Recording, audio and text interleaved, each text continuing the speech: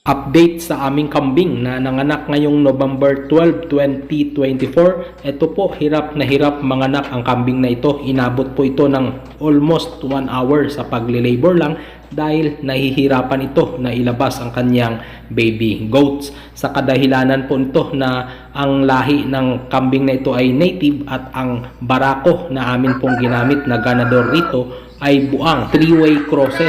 Yan po yung may lahing Boer, ang Lunubian at native. At itong inahin naman ay native. Kaya ito nahirapan sa pagle-labor dahil malaki yung anak na kanyang ilalabas. Kaya tinutulungan po ito para hindi po mahirapan at ligtas ang kanyang baby goats na mailalabas. Panoorin po natin.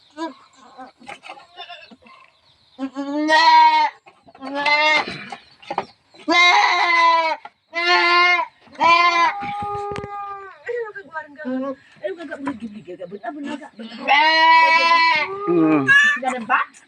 Ay, salamat. Sige, video mo. Kakaprat ako eh. Nga gawa, tapo yung baba na. Dila.